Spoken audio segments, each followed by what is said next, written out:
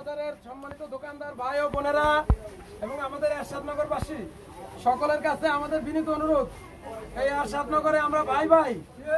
এরশাদনগরে কেউ আওয়ামী লীগ করবে, কেউ বিএনপি করবে, কেউ জামাত করবে, কেউ জাতীয় পার্টি করবে, আমরা কারো উপরে কোন রকমের আক্রোশ করবো না ইনশাআল্লাহ। আমরা আমার কোন ভাইয়ের ক্ষতি করবো না ইনশাআল্লাহ।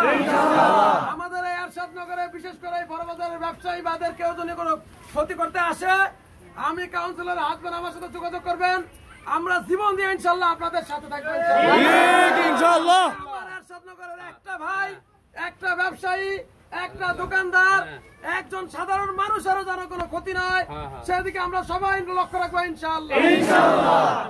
সবাইকে ধন্যবাদ।